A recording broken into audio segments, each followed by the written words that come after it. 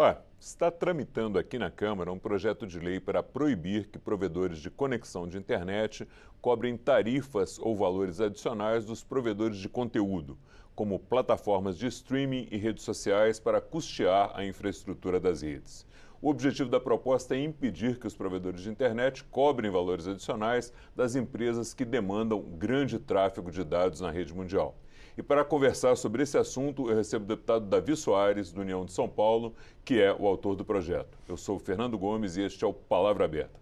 Deputado, seja muito bem-vindo, obrigado por estar aqui conversando com a gente sobre esse importante assunto. Eu pediria ao senhor para dar uma explicadinha aí para quem nos acompanha, o que é a plataforma de streaming e como é que esse projeto pode aí beneficiar os consumidores principalmente.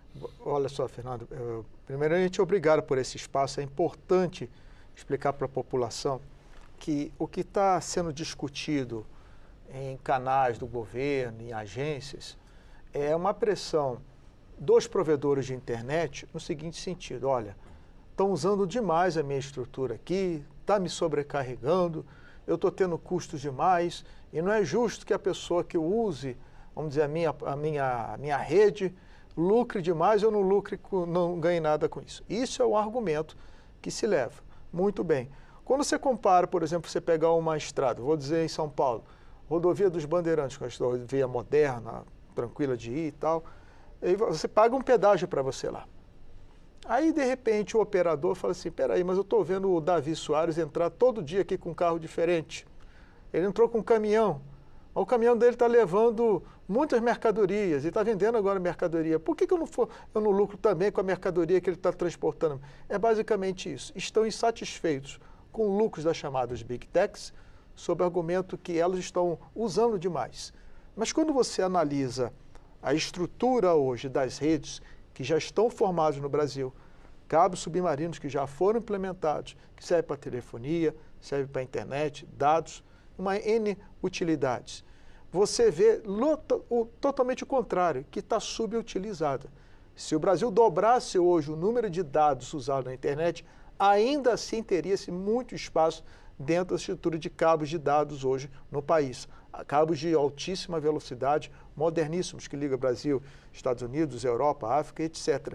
Então, é um argumento um tanto frágil, mas, obviamente, que há pressão em cima do governo e de entidades governamentais, no sentido de que essas operadoras de streamings, vamos dizer assim, também venham colaborar, sob o argumento que estão ganhando demais, como se elas não tivessem recolhendo impostos, que também é uma falácia muito propagada aí. Como streaming, vamos simplificar. Certamente você já entrou na Netflix, quiçá tem até uma conta. Sim. Eu já tive, hoje eu não tenho, né, por N motivos. A Amazon Prime, que outros gostam de ver filmes, você aluga lá. E você, quando contrata o seu pacote de dados, não interessa se você vai gastar o dia inteiro com videogame, ou no WhatsApp e outras, ou assistindo filme. Se você entra numa operadora dessas da Meta aí, o Facebook, por exemplo, tem gente que gosta de ver filmes lá, gosta de ver pequenos vídeos, eles vão querer taxar, vamos dizer, a Meta não vai sair isso de graça. Para onde que ela vai encaminhar?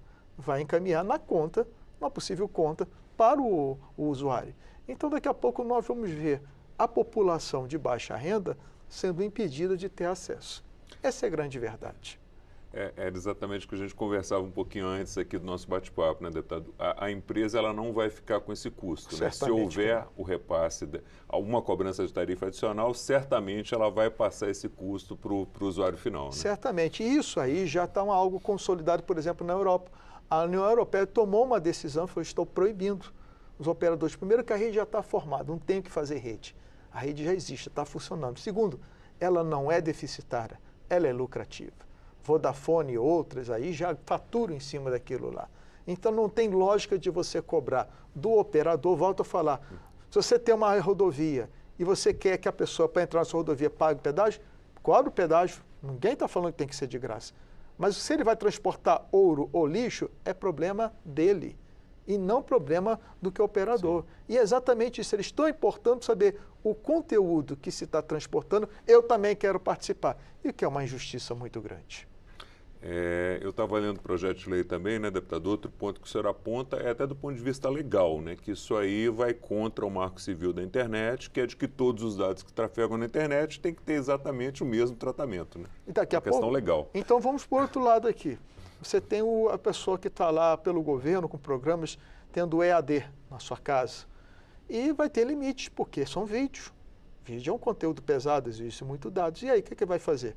O governo vai ter que cobrar a população e aquele que não tem condições. Ele vai arcar como? Então, é uma busca incessante por lucro. Aquilo, obviamente, que é um país capitalista, entendo eu. Eu não sou contra o lucro, contra o empresário ter. Mas o empresário precisa saber que existem regras. E quando ele participou do leilão, que ele deu um lance lá para operar nas faixas 3,5 e outras de gigahertz, ele sabia lá, se ele pagou a mais ou menos o governo, se ele acha que é injusto, ele que pesquisasse, que olhasse antes. Não agora mudar a regra do jogo durante o jogo que está correndo. É exatamente isso que está sendo feito. E isso, no meu modo de ver, vai impactar provavelmente a população de mais baixa renda. Volto a falar, o EAD, a pessoa que vai acessar serviços de saúde. Imagine um profissional, um psicólogo, ou fazendo consulta lá por internet lá. Você vai, ele está do escritório dele, que pode estar na casa dele, ele está te atendendo. Ele está consumindo banda. Aí vai ter limite, o que faz? Cai a rede dele, não, se não pagar mais, você não vai ter. Mas, espera aí, eu já estou pagando aqui, isso aqui está sendo dados que foram contratados. Então, é verdadeiramente um assante que está sendo feito em cima, a princípio do streaming, mas a gente sabe onde vai chegar no final, o repasse final para o consumidor. Final, né? Deputado, fazer duas perguntas em uma aqui. Esse tema ele tramita, ele é conclusivo, né? Basta passar nas duas comissões que ele seria aprovado. O senhor acha que ele vai ser puxado para o plenário pela dificuldade que tem aí e que vai ter um lobby grande aí das operadoras? Eu creio que eles estão fazendo já desde sempre, né? O interesse deles aí obviamente, eu não posso dizer como, onde, porque eu realmente não vi. A mim não chegaram. E se chegaram, eu vou conversar, que eu não vejo lógica. Mas a lógica é que vão fazer de tudo para levar para o plenário, entendendo que aquilo ali afeta a política financeira da empresa, essa coisa vai. Mas nós temos argumentos muito fortes para importar que, pior do que afetar o lucro das empresas, é impedir o pobre, a população mais baixa renda, ser impedida por uma questão mesquinha que não está tirando lucro de nada. Eu não quero tirar lucro de ninguém. O jogo está normal. As operadoras de telefonia estão tendo lucros e não são baixos.